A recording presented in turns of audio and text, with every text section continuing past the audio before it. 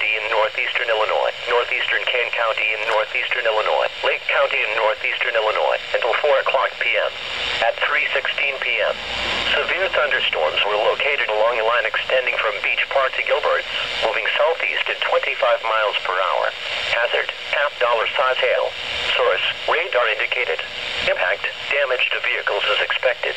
Locations impacted include Chicago, Elgin, Waukegan, Arlington Heights, Evanston, Schaumburg, Palatine, Skokie, Des Plaines, Mount to Prospect, Hoffman Estates, Glenview, Buffalo Grove, Carpentersville, Wheeling, Park Ridge, Northbrook, North Chicago, Gurney, and Mundelein.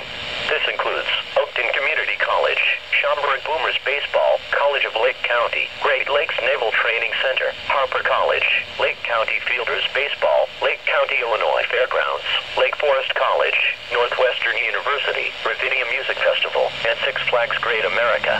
For your protection, move to an interior room on the lowest floor of a building.